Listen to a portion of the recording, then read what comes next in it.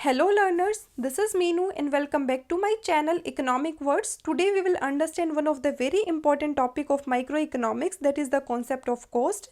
So in this lecture we will understand cost in the short run and what are its various types. This lecture is part 4 of chapter production and cost, and the link for the previous 3 parts is given in the description box. Please go and check those parts first in case you haven't seen them yet, so that you can have a better understanding of this chapter. So without any delay, let's get started. Now let's start with understanding the meaning of cost. Cost को students हम हिंदी में बोलते हैं लागत, और यह word सुनते ही जो सबसे पहली चीज़ हमारे माइंड में आती है वो है खर्चा.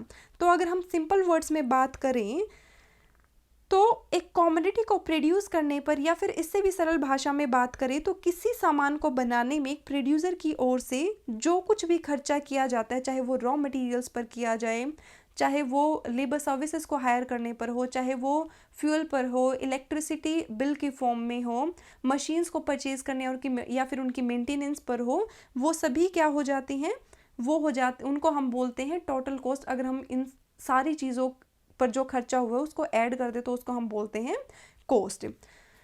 फॉर एग्जाम्पल, जब हम किसी से पूछते हैं कि इस commodity, let's say this commodity is a pen, कि इस पेन की कॉस्ट क्या है, तो इसका मतलब क्या हुआ कि हम उससे बेसिकली यही पूछना चाहते हैं कि इस पेन को बनाने में टोटल कितना खर्चा आया है, राइट.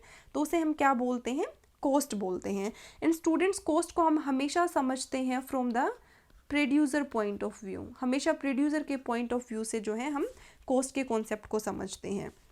नाउ कॉस्ट क्या हो गई, it is the total expenditure incurred bye a producer while producing a commodity. कि एक कॉमोडिटी के प्रोडक्शन में एक प्रोड्यूसर जो भी कुछ टोटल खर्चा करता है उसे हम क्या बोलते हैं, अगर उसका हम सम टोटल कर दे तो उसे हम बोल सकते हैं cost. Now cost is the sum total of two types of cost. First is the explicit cost and second is the implicit cost. अब आपके माइंड में क्वेश्चन आया होगा कि मैम ये explicit cost and implicit cost क्या होती है, तो पहले इनको समझ लेते हैं. तो स्टूडेंट्स, एक्सप्लिसिट कॉस्ट एक ऐसी कॉस्ट या फिर ऐसी पेमेंट जो आप किसी दूसरे व्यक्ति को करते हो क्योंकि आप उनसे कुछ खरीद रहे हैं, चाहे तो या तो आप उनकी फैक्टर सर्विसेज खरीद रहे हैं, आप उनकी फैक्टर सर्विसेज को हायर कर रहे हैं, या फिर आप उनसे कोई सामान खरीद रहे हो, may be in the form of raw materials. So these are the direct payments which are made to others in the course of running a business, means while producing a commodity or in the production process of a commodity for hiring their factor services. और जो explicit cost होती है students, these are measured in terms of cash payments. कि cash payments के form में आप इनको major करते हो. बार्टर सिस्टम तो है नहीं कि आपने एक वस्तु को खरीदने के लिए उसके बदले में कोई दूसरी वस्तु जो है दे दी. अभी हम जो है बेसिकली डील करते हैं मनी की फॉर्म में. मनी की फॉर्म में जो है हम ट्रांसफ़र करते हैं या फिर एक्सचेंज करते हैं, पेमेंट्स करते हैं. So explicit cost are always measured in terms of cash payments which are made to the outsiders. हमेशा दूसरों को की जाने वाली पेमेंट्स को हम बोलते हैं एक्सप्लिसिट कॉस्ट, जो डायरेक्टली की जाती हैं. और इनके एग्जाम्पल क्या हो जाता है, cost of raw materials purchase, की किसी जो है सामान को बनाने में या फिर किसी कॉमोडिटी का प्रोडक्शन करने में जो टोटल सामान लगता है, जो रॉ मटेरियल्स लगते हैं, उनको परचेज करने की जो कॉस्ट होगी वो किसके एग्जाम्पल हो जाती है, वो एक्सप्लिसिट कॉस्ट के एग्जाम्पल हो जाती हैं. वेजेस पे टू द लेबरर्स, चाहे वो 6 घंटे काम करे, वो 8 घंटे काम करे, तो उनको जो वेजेस पे किए जाएंगे, then that wage bill is also an example of explicit cost. Now next is rent paid for the land to others. की आपने किसी से जो एक फैक्ट्री या फिर एक लैंड जो है आपने लीज पर लिया है, तो उसको जो आप जो है पेमेंट करेंगे in the form of money as rent, वो किसके एग्जाम्पल हो जाएगा, वो भी एक्सप्लिसिट कॉस्ट का ही एग्जाम्पल हो जाएगा. पेमेंट्स ऑफ इलेक्ट्रिसिटी बिल्स और फ्यूल और transportation cost, all these are the examples of explicit cost. तो एक्सप्लिसिट कॉस्ट वह कॉस्ट जो आप डायरेक्टली पे करते हो किसी और को, किसी दूसरे व्यक्ति को, किसी आउटसाइडर को इन the production process of a commodity. Now the next is implicit cost. Wait a minute, let me read this first. Second is implicit cost. अब स्टूडेंट्स, इम्प्लिसिट कॉस्ट एक ऐसी कॉस्ट होती है जिसमें एक ओनर अपने ही रिसोर्सेज का यूज करता है in the production process of a commodity. Means these are the cost of self employed और सेल्फ सप्लाइड रिसोर्सेज और इनपुट्स. और these are the opportunity cost of using a firm's internal resources. कि एक firm जब अपने ही resources को use करती है तो जो उनकी अपॉर्चुनिटी कॉस्ट होगी उसको हम बोलेंगे इम्प्लिसिट कॉस्ट. फॉर एग्जाम्पल, कि आपके पास 300 रुपीज़ हैं, जिससे आपके पास जो है दो ऑप्शंस अवेलेबल है कि आप बर्गर खा सकते हैं या फिर आप पिज़्ज़ा खा सकते हैं। मीन्स ये दो चीज़ें आपको सबसे ज़्यादा पसंद है, burger and pizza. But at this point of time आपने चूज़ किया क्या, बर्गर को। मीन्स आपने जो है पिज़्ज़ा को छोड़ दिया। तो इस बर्गर को परचेज करने की या फिर इस बर्गर को जो है खाने की जो अपॉर्चुनिटी कॉस्ट है वो क्या हो जाएगी, this pizza that you have forgone at this point of time in order to eat this burger. तो स्टूडेंट्स, अपॉर्चुनिटी कॉस्ट को हम बोल सकते हैं द वैल्यू ऑफ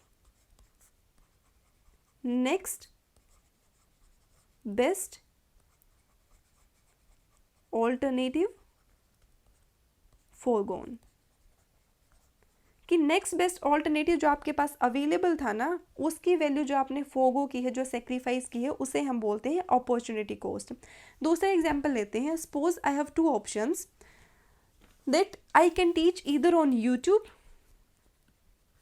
या फिर मैं कोचिंग इंस्टीट्यूट पर पढ़ा सकती हूँ। नाउ स्टूडेंट्स, यूट्यूब से जो मेरी इनकम है at this point of time is 0।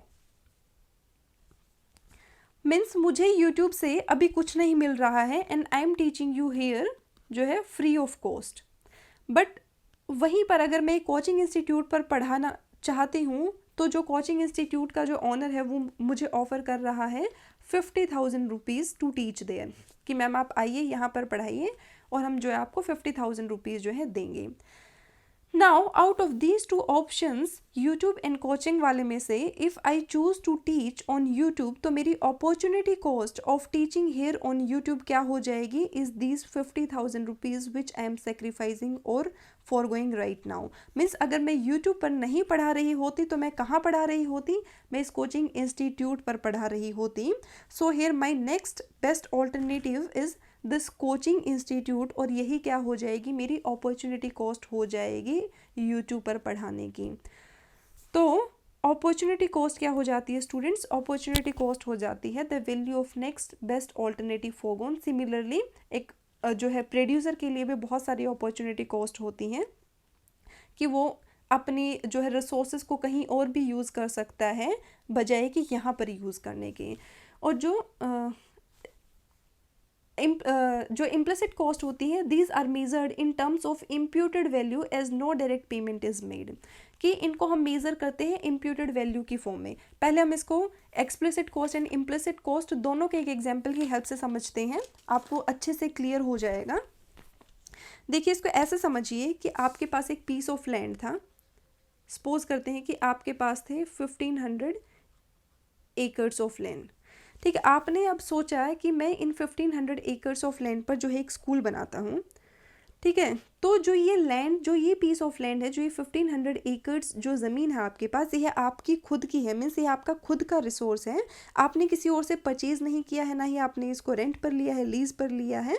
यह आपके पास था जिसका आपने जो है स्कूल बनाने के लिए क्या कर लिया, यूज़ कर लिया, स्कूल बनाने के लिए जो है यूज़ कर लिया। तो इस लैंड को जो यूज़ करने की कॉस्ट होगी उसे हम क्या बोलेंगे, उसे हम बोलेंगे स्टूडेंट्स इम्प्लिसिट कॉस्ट। क्योंकि अगर आप इसे स्कूल बनाने के लिए यूज़ नहीं करते तो आप इसे रेंट पर दे सकते थे, ठीक है, लीज पर दे सकते थे, और वहाँ से आपको कुछ अमाउंट ऑफ मनी मिलती in the form of rent which you are sacrificing right now so that you can build a school on this piece of land. अब हम सपोज करते हैं कि जहाँ पर आपका लैंड है उसके आसपास में जितनी भी रेंटेड प्रॉपर्टीज़ हैं उनका उनकी जो वैल्यू है वो है 70,000 रुपीज़ पर मंथ। क्या है उनकी वैल्यू, 70,000 रुपीज़ पर मंथ। अब हम अज्यूम कर लेते हैं कि आपकी जो है लैंड की वैल्यू भी इतनी तो होगी कि आपको 70,000 रुपीज़ जो है पर मंथ मिल जाए। तो जो ये 70,000 रुपीज़ अभी आप फोरगो कर रहे हैं ताकि आप स्कूल इस लैंड पर बना सकें, ये किसका एग्जाम्पल है, ये एग्जाम्पल है इम्प्लिसिट कॉस्ट का। ये हो जाती है आपकी इम्प्लिसिट कॉस्ट, राइट। अब स्टूडेंट्स, इम्प्लिसिट कॉस्ट तो यह हो गई। अब ऐसा तो नहीं है कि सिर्फ लैंड लेने से जो है बिल्डिंग बन जाएगी, स्कूल बिल्डिंग बन जाएगी। अब स्कूल बिल्डिंग को बनाने के लिए आपको और भी बहुत सारी चीज़ें चाहिए। आपको रॉ मटेरियल चाहिए, रॉ मटेरियल का मतलब हो गया कि आपको सीमेंट चाहिए, ठीक है, आपको ईंटें चाहिए, आपको आयरन बार्स चाहिए, आपको लेबर लगेगा इस बिल्डिंग को बनाने के लिए, और जब ये स्कूल बिल्डिंग बन जाएगी उसके बाद आपको क्या चाहिए, आपको स्कूल डेस्क्स चाहिए, आपको जो है वाइट बोर्ड्स और ब्लैक बोर्ड्स चाहिए, चेयर्स चाहिए, टीचर्स आपको हायर करने पड़ेंगे ताकि वो आपके स्कूल में पढ़ा सकें। तो इन सभी के लिए जो पेमेंट्स की जाएंगी वो क्या कहलाएंगी, वो कहलाएंगी एक्सप्लिसिट कॉस्ट, क्योंकि इन सभी केसेस में चाहे आप टीचर की टीचिंग सर्विसेज को हायर कर रहे हैं, चाहे आप डेस्क को हायर कर रहे हैं, चाहे आप रॉ मटेरियल्स को परचेज कर रहे हैं, इसमें आप पेमेंट कर रहे हैं किसी और व्यक्ति को, या तो आप उनसे कुछ सामान खरीद रहे हैं या आप फिर उनके सर्विसेज को हायर कर रहे हैं। तो ये किसके एग्जाम्पल हो जाती हैं, ये हो जाती है एक्सप्लिसिट कॉस्ट के एग्जाम्पल, या फिर हम इनको बोलेंगे एक्सप्लिसिट कॉस्ट। और इम्प्लिसिट कॉस्ट क्या होती है, these are the cost of self employed resources, जैसे कि अभी हमने जो है क्या किया था, अपने लैंड को, या फिर आपने जो है क्या किया था, अपने लैंड को जो है क्या किया था, सेल्फ एम्प्लॉय किया था, अपने ही लैंड को, अपने ही रिसोर्स को जो है यूज़ किया था in the production process to build a school on this piece of land. तो ये क्या होता है, तो जो इम्प्लिसिट कॉस्ट होती है इनको हम मेज़र करते हैं इन terms of imputed value. Imputed value का मतलब होता है बच्चा कि एस्टिमेटेड वैल्यू मीन्स आपने एस्टिमेट किया है, आपने अज्यूम किया है इस वैल्यू को, और कोई डायरेक्ट पेमेंट नहीं हुई है यहाँ पर। अभी हमने ये 70,000 रुपीज़ अज्यूम किए हैं कि ये हमें मिल सकते थे या आपको मिल सकते थे अगर आप इसको लीज पर देते, बट आपके पास एक्चुअल में ये पेमेंट आई नहीं है, बट आपने क्या की है, अज्यूम किया, आपने एस्टिमेट की है, इसलिए इसको हम बोलते हैं इम्प्यूटेड वैल्यू। तो इम्प्लिसिट कॉस्ट क्या होती है, इसको मेज़र किया जाता है हमेशा इम्प्यूटेड वैल्यू की फॉर्म में, मीन्स एस्टिमेटेड वैल्यू की फॉर्म में, because no direct payment is made in case of implicit cost. तो एग्जाम्पल क्या हो जाता है, rent of self owned building और land, lost interest on own funds when the firm employs its capital. Suppose कि इस factory building को बनाने में आपको 50 लाख जो है रुपीज़ लगेंगे। अब अगर यह 50 लाख रुपीज़ आपके खुद के हैं, आप जो है सेल्फ फंडिंग कर रहे हैं, तो किसका एग्जाम्पल हो जाएगा, इम्प्लिसिट कॉस्ट का। वेरेज अगर आपने ये पैसे बोरो किए हैं तो ये किसका एग्जाम्पल हो जाएगा, ये हो जाएगा एक्सप्लिसिट कॉस्ट का, क्योंकि इसके बदले में आपको जो है इंटरेस्ट पे करना पड़ेगा। Similarly salary for the services provided by one self, अगर आप खुद ही स्कूल में एज अ टीचर काम करें तो वो क्या हो जाएगी कि आप अपनी सर्विसेज प्रोवाइड कर रहे हैं एज अ टीचर, तो जो सैलरी आप फोगो कर रहे हैं, अगर आप कहीं और पर पढ़ाते हैं तो आपको सैलरी मिलती है उसके बदले में, तो जो सैलरी अभी आप फोरगो कर रहे हैं, आप सेक्रीफाइस कर रहे हैं, वो क्या हो जाएगी, वो हो जाएगी इम्प्लिसिट कॉस्ट आपकी। तो एक्सप्लिसिट कॉस्ट जो आप दूसरों को करते हो, और इम्प्लिसिट कॉस्ट सेल्फ एम्प्लॉयड और सेल्फ सप्लाइड रिसोर्सेज की कॉस्ट को हम क्या बोलते हैं, implicit cost. Now short run में हम देखते हैं कि हमारे पास कितने टाइप्स की कॉस्ट होती है। तो शॉर्ट रन में स्टूडेंट्स हमें पता है हमारे पास एक होते हैं फिक्स्ड फैक्टर्स और एक होते हैं वेरिएबल फैक्टर्स। फिक्स्ड फैक्टर्स हमारे क्या रहते हैं, फिक्स्ड फैक्टर्स हमारे फिक्स्ड रहते हैं, सेम रहते हैं at all levels of output, जबकि वेरिएबल फैक्टर्स क्या हो सकते हैं, चेंज हो सकते हैं, इनको हम इंक्रीज या डिक्रीज कर सकते हैं टू इंक्रीज और decrease the quantity of output. तो इन फिक्स्ड फैक्टर्स को परचेज करने पर जो लागत आती है, जो भी कुछ खर्चा किया जाता है एक प्रोड्यूसर की तरफ से, उसे हम बोलते हैं fixed cost. Various variable factors को परचेज करने पर जो भी मनी एक्सपेंडिचर होता है उसे बोला जाता है variable cost. So short run में we have two types of cost, fixed cost and variable cost. Now moving forward, we will see the types of cost in the short run। सिर्फ short run की बात कर रहे हैं हम यहाँ पर। तो स्टूडेंट्स short run में हमारे पास 3 टाइप्स ऑफ cost हैं। First is total cost, second is average cost and third is marginal cost। अब हम इनको एक एक करके पढ़ते हैं। First we will understand total cost. So there are 3 types of total cost in the short run. First is total fixed cost, which is denoted by TVC. Second is total variable cost, which is first is total fixed cost, which is denoted by TFC. Second is total variable cost, which is denoted by TVC. And third is total cost, which is denoted by TC. Basically जो total fixed cost and total variable cost है, वह total cost के ही parts हैं, और अगर इन दोनों को हम add कर दे तो हमें मिलती है total cost. Now let's start with total fixed cost first. हम वैसे ही पढ़ेंगे जैसे हम अभी तक पढ़ते ही आए हैं। Let's bifurcate this entire term into 3 parts. First is total, second is fixed and third is cost. तो टोटल को हम क्या बोलते हैं स्टूडेंट्स? टोटल क्या होता है? इज ओवरऑल एग्रीगेट मीन्स सारा का सारा, sum total, gross, fixed means जो फिक्स्ड रहे, जो चेंज ना हो, मीन्स जो कांस्टेंट रहे, एंड कॉस्ट मीन्स खर्चा और लागत और एक्सपेंडिचर, राइट। तो टोटल फिक्स क्या हो जाता है? टोटल फिक्स कॉस्ट क्या हो जाती है? It is the, wait a minute, it is the sum total of expenditure made by the producer on purchasing fixed factors of production। कि fixed factors of production को परचेज करने पर जो total expenditure producer के द्वारा किया जाता है उसके सम टोटल को हम बोलते हैं टोटल फिक्स्ड कॉस्ट। और फिक्स्ड फैक्टर्स ऑफ प्रोडक्शन क्या होते हैं? फिक्स्ड फैक्टर्स ऑफ प्रोडक्शन होते हैं students land, machines, equipment, tools, implements, इन सभी को हम क्या बोलते हैं? इन सभी को हम बोलते हैं fixed factors of production, because these factors of production do not change which change in the level of output in the short run और ड्यूरिंग जो है शॉर्ट रन। नाउ स्टूडेंट्स, अब हमें यह पता है कि जो फिक्स्ड फैक्टर्स हैं वो क्या रहेंगे? वो फिक्स्ड ही रहेंगे, ये चेंज नहीं होंगे, we change in the level of output. तो इसलिए जो टोटल फिक्स्ड कॉस्ट होगी मीन्स इन फैक्टर्स पर जो होने वाला खर्च है वो भी क्या रहेगा? कांस्टेंट रहेगा for all levels of output. चाहे आउटपुट जो है इंक्रीज हो, चाहे आउटपुट जो है डिक्रीज हो, जो टोटल फिक्स्ड कॉस्ट है वो क्या है? वो सेम रहने वाली है, वो चेंज नहीं होगी। It remains constant for all levels of output. For example ऐसे समझिए कि आप एक फर्म के ओनर हैं और आपने एक फैक्ट्री जो है 1 ईयर के लिए जो है लीज पर ली है, जिसका रेंट है 40,000 रुपीज़ पर मंथ। और आप क्या करते हैं? आप क्रिकेट बैट्स बनाते हैं, क्रिकेट बैट्स की मैन्युफैक्चरिंग करते हैं। नाउ लेट्स सपोज कि जब आप 1000 यूनिट्स ऑफ क्रिकेट बैट्स बना रहे थे तो आप कितना रेंट पे कर रहे थे? 40,000 रुपीज़। अब आपने क्या किया? अपने प्रोडक्शन को और अपने आउटपुट को जो है इंक्रीज कर दिया फ्रॉम 1000 टू 5000 यूनिट्स। अब भी क्या है? रेंट तो आप सेम ही पे कर रहे हैं, दैट इज 40,000 रुपीज़, राइट। तो आउटपुट चाहे क्या है आपका इंक्रीज हुआ है चाहे आपका डिक्रीज हुआ है, जो टोटल फिक्स्ड कॉस्ट है वो क्या है? वो सेम ही है, दैट इज 40,000 रुपीज़। अब लेट्स सपोज कि आप जो है 1 महीने के लिए एक टूर पर चले जाते हैं, घूमने फिरने चले जाते हैं कहीं पर, तो आपकी फैक्ट्री जो है हो गई 1 महीने के लिए बंद। मीन्स आपका आउटपुट क्या हो गया है? Your output becomes 0। तो क्या अब आप इस फैक्ट्री का जो ओनर है एक्चुअल में, जिससे आपने ये लीज पर ली है, उसको रेंट देने से मना कर देंगे? द आंसर इज़ नो, क्योंकि जो है कॉन्ट्रैक्ट साइन हुआ है कि आप जो है 40,000 रुपीज़ पर मंथ पे करेंगे उनको, चाहे आपका आउटपुट 0 है, चाहे आपका आउटपुट 1 यूनिट है, चाहे आपका आउटपुट है 50,000 units.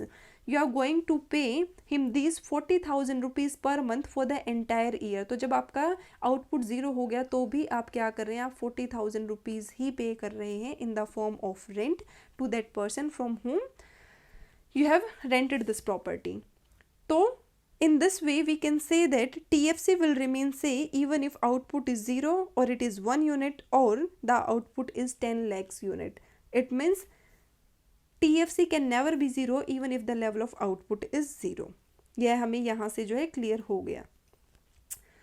Now students, examples of total fixed cost is the rent of a building or a factory, expenditure on machines, right, और सैलरी ऑफ परमानेंट स्टाफ। की परमानेंट स्टाफ अगर आपकी फैक्ट्री में एक परमानेंट स्टाफ है जो काम कर रहा है, उसकी सैलरी आपको पे करनी पड़ेगी। आप टेम्परेरी स्टाफ को जो है हटा सकते हैं जब आपका आउटपुट जो है 0 है या फिर आपको आउटपुट को कम करना है, तो आप अपने टेम्परेरी स्टाफ की जो क्वांटिटी है उसको जो है क्या कर सकते हैं? कम या ज़्यादा कर सकते हैं। नाउ टोटल फिक्स्ड कॉस्ट की शेप क्या होती है स्टूडेंट्स? ये होती है पैरेलल टू एक्स एक्सिस और it is a horizontal line. अभी आपको समझ में आ जाएगा। तो शेप क्या होगी टीएफसी की? That TFC is parallel to x axis और it is a horizontal line which is parallel to x axis. Symbolically हम टीएफसी को लिख सकते हैं, मीन्स मैथमेटिकली हम टीएफसी को लिख सकते हैं that total fixed cost is equal to total cost minus total variable cost. मतलब कि अगर हम टोटल कॉस्ट में से डिडक्ट कर दें value of total variable cost तो हमें क्या मिल जाएगा? हमें मिल जाएगी हमारी total fixed cost. Now let's understand total fixed cost with the help of its schedule and diagram. Let's have a look on schedule first. In the first column we have taken output, which is shown in the form of units, and in the second column we have taken total fixed cost, which is measured or which is shown in the form of rupees. तो अभी हमने क्या पढ़ा था students कि जो output है चाहे इंक्रीज हो डिक्रीज हो, जो हमारी टोटल फिक्स्ड कॉस्ट है वो क्या रहती है, वो सेम रहती है.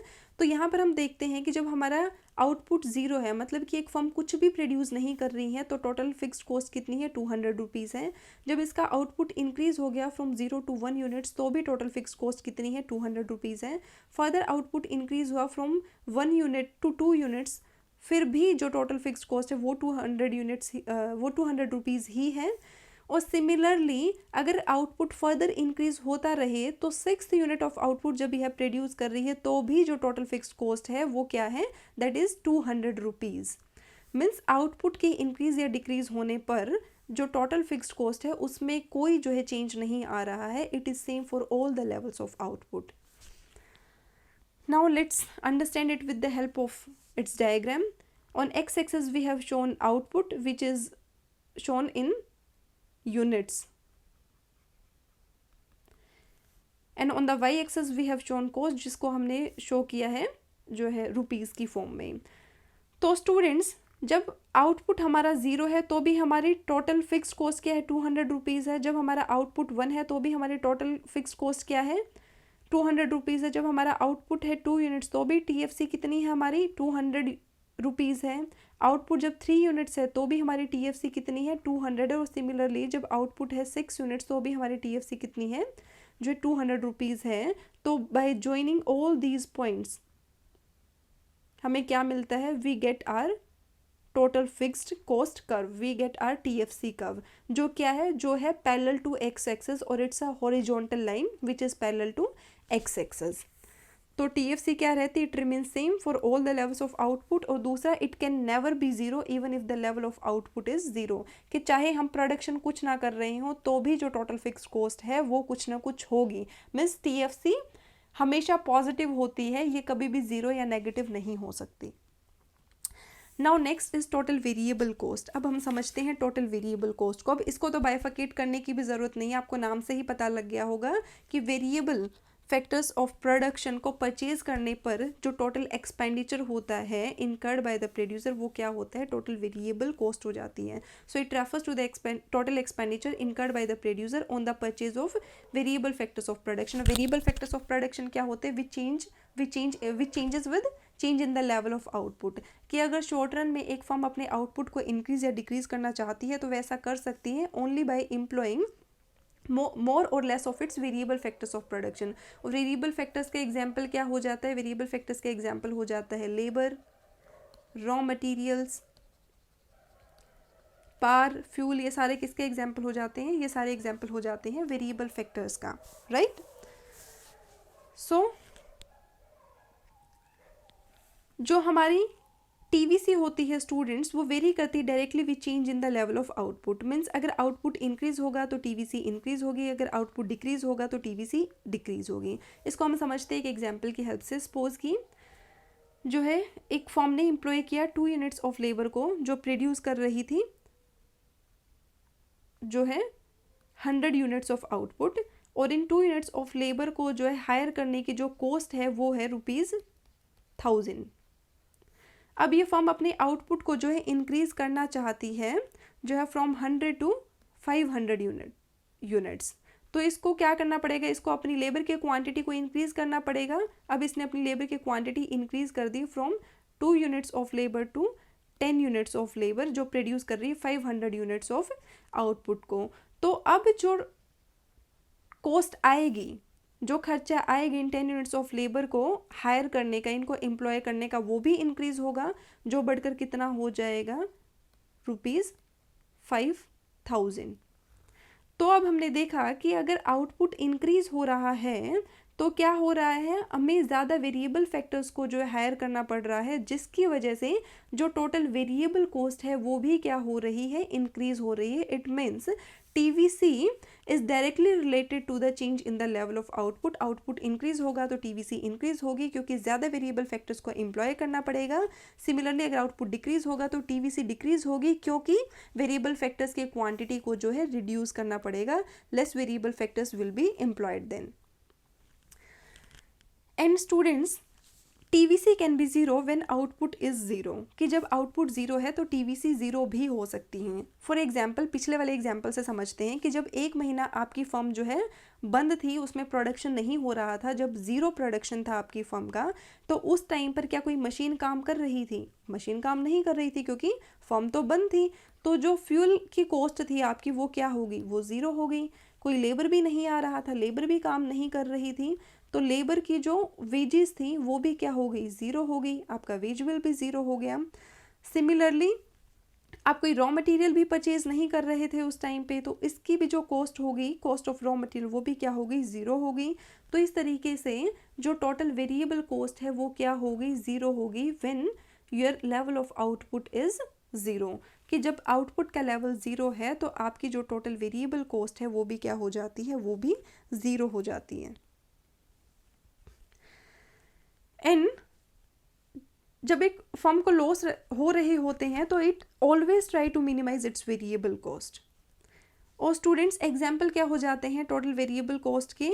Is the cost of raw materials, electricity bills जो पे करते हैं, एक्सपेंडिचर ऑन फ्यूल जिसको आप इंक्रीज डिक्रीज कर सकते हैं आउटपुट के हिसाब से, wage bill of the labour, इसको भी लेबर की भी क्वांटिटी को आप इंक्रीज डिक्रीज कर सकते हैं जैसे भी रिक्वायरमेंट है आउटपुट के हिसाब से.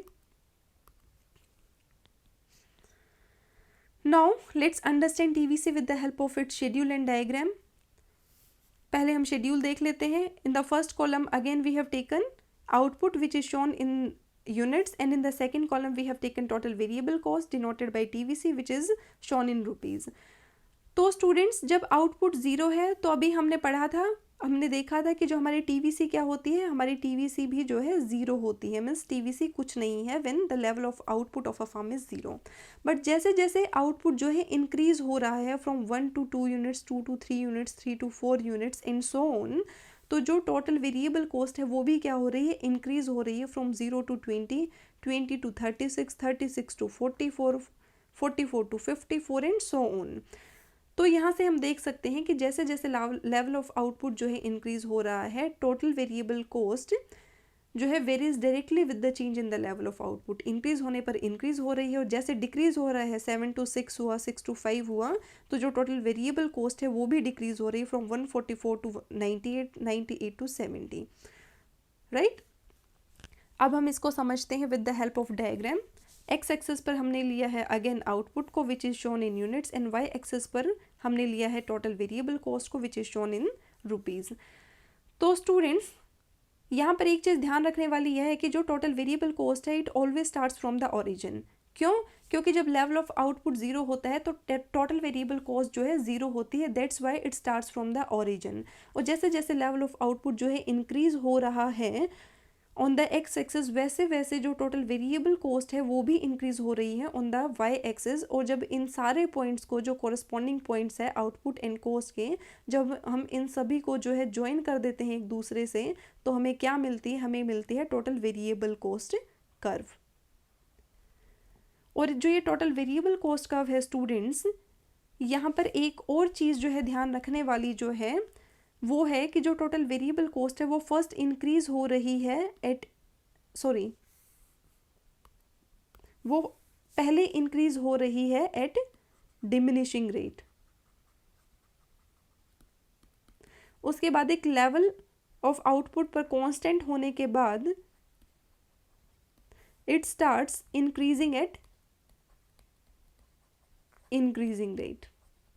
पहले इंक्रीज हो रही initially at diminishing rate, then it becomes constant at a certain level of output, and finally it starts rising at increasing rate. और ऐसा हो क्यों रहा है स्टूडेंट्स? इसके पीछे रीजन है is the working of law of variable proportion.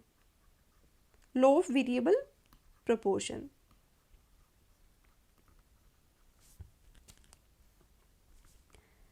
Law of variable proportion में स्टूडेंट्स हमने देखा था कि फर्स्ट फेज में क्या होता है कि जो marginal product of variable factors होता है, जो marginal product of variable factors होता है वो क्या होता है, वो इंक्रीज हो रहा होता है through out the first stage.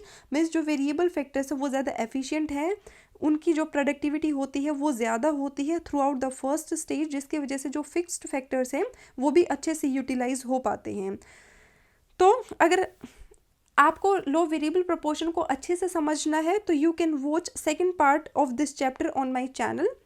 तो जब वेरिएबल फैक्टर्स की प्रोडक्टिविटी अच्छी होगी और फिक्स फैक्टर्स भी अच्छे से यूज़ हो रहे होंगे तो जो पर यूनिट कॉस्ट होगी स्टूडेंट्स, जो पर यूनिट कॉस्ट होगी बच्चा, वो क्या हो जाएगी, वो जो है रिड्यूस होना स्टार्ट हो जाएगी, जिसकी वजह से जो टोटल वेरिएबल कॉस्ट एंड जो टोटल कॉस्ट है जिसको हम नेक्स्ट स्लाइड में पढ़ेंगे वो इंक्रीज तो होंगे बट एट डिमिनिशिंग रेट। क्यों? क्योंकि जो पर यूनिट कॉस्ट है वो रिड्यूस हो रही है, और वो किस वजह से रिड्यूस हो रही है, because of the working of the law of variable proportions, क्योंकि marginal productivity of variable factors जो है क्या है, वो इंक्रीज हो रही होती है ड्यूरिंग द फर्स्ट फेज।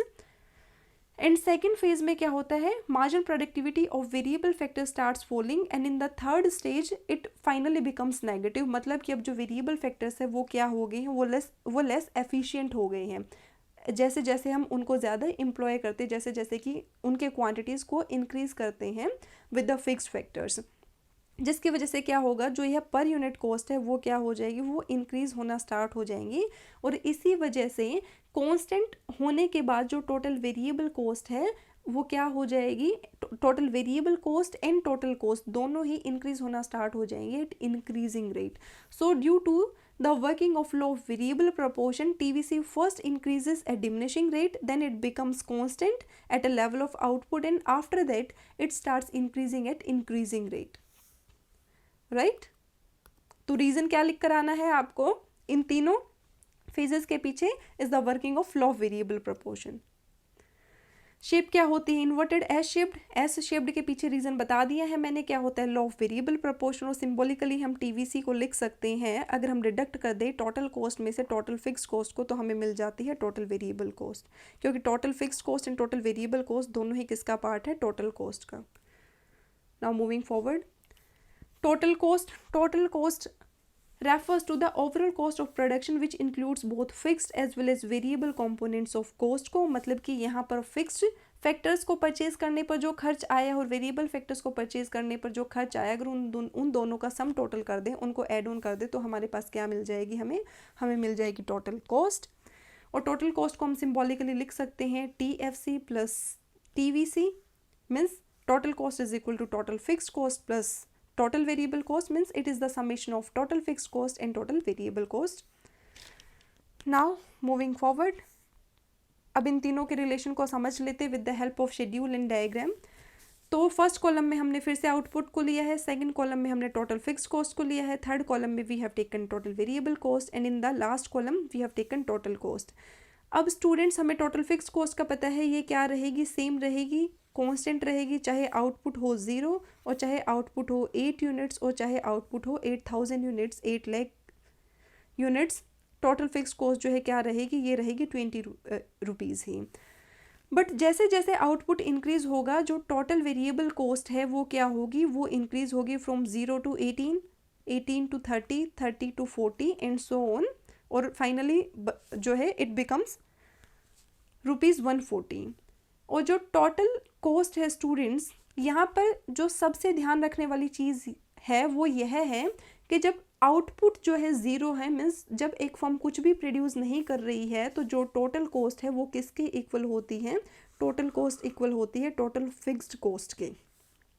क्योंकि इस केस में जो टोटल वेरिएबल कॉस्ट है वो क्या है, वो 0 है, और TC क्या होती है, TC होती है TFC प्लस TVC। तो TC इस केस में क्या हो जाएगी, जब 0 लेवल ऑफ आउटपुट, मतलब कुछ भी प्रोडक्शन नहीं हो रहा है, तो TFC 20 है और TVC क्या है 0, तो TC क्या बन जाता है, TC becomes equal to TFC which is 20। तो when the level of output is 0 और when a firm is producing nothing, then TC is equal to TFC और TC becomes equal to TFC। उसके बाद जैसे जैसे लेवल ऑफ आउटपुट जो है increase होगा from 0 to 1, 1 to 2 up to जो है 8 यूनिट्स ऑफ आउटपुट, तो जो TC है वो भी जो है इंक्रीज होती रहेगी फ्रॉम 20 to 38, 38 to 50, एंड जो है इट फाइनली बिकम्स ₹160। बेसिकली हमने टीसी को जो है कैसे कैलकुलेट किया है, TFC प्लस TVC, तो 20 plus 0 is 20, 20 plus 18 is 38, 20 plus 30 is 50, 20 plus 40 is 60, 20 plus 52 is 72 and so on. 20 plus 140 is equal to 160, right. तो आउटपुट के इंक्रीज होने पर TVC एंड TC दोनों ही इंक्रीज होते हैं। स्टार्टिंग में इंक्रीज होते हैं at diminishing rate, then constant हो जाते हैं एक लेवल ऑफ आउटपुट पर आकर, और उसके बाद इंक्रीज होना स्टार्ट हो जाते हैं एट इंक्रीजिंग रेट। और TFC जो है वो सेम रहती है, कांस्टेंट रहती है at all the levels of output. इसको हम डायग्राम की हेल्प से देख लेते हैं। On the x axis we have shown output and on the y axis we have shown cost. TFC जो है सभी लेवल्स ऑफ आउटपुट के लिए क्या है, कांस्टेंट है, दैट इज ₹20। चाहे 1 यूनिट प्रोड्यूस कर रहे हैं, चाहे हम 8 कर रहे हैं, चाहे कुछ भी प्रोड्यूस नहीं कर रहे हैं, TFC जो है, सेम बनी हुई है। It is a horizontal line parallel to the x axis. TVC हमने पढ़ा था, हमने देखा भी था कि जो है ऑरिजिन से स्टार्ट होती है और फिर जो है इन्वर्टेड S जो है की शेप ले लेती है। TC जो है स्टार्ट होती है फ्रॉम अबव द ओरिजिन। क्यों? क्योंकि TC कभी भी ज़ीरो नहीं हो सकती, क्योंकि TC में जो है इंक्लूड होते हैं both fixed cost and variable cost. It is the summation of both total fixed cost and total variable cost, and as we all know that total fixed cost can never become zero. तो जब अगर fixed cost zero नहीं होगी तो total cost भी zero नहीं हो सकती, क्योंकि टोटल कॉस्ट में हम टोटल फिक्स्ड कॉस्ट को इंक्लूड करते हैं। That's why it starts from above the origin. इसलिए टोटल कॉस्ट जो है हमेशा क्या होगी, हमेशा पॉजिटिव होगी। तो it starts from above the origin, और ये भी क्या ले लेती है, इन्वर्टेड S जो है शेप ले लेती है। और जो ये डिफरेंस है total cost and total variable cost का, वो क्या है, that is equal to total fixed cost. और जो ये कॉस्ट है बिटवीन, जो ये डिफरेंस है between total cost and total fixed cost, ये है किसकी वजह से है, that is due to total variable cost, right. तो शेप क्या होती है TC की, inverted S। Okay, so students, this was all about today's lecture, and I really hope this video was useful for you, and if it was, then please like and share it with your friends and family, and do not forget to subscribe to my channel, and also follow me on Instagram at Economic Words. And in the next video we will be covering average cost and its types, marginal cost and cost in the long run. So thank you very much, and keep learning with Economic Words.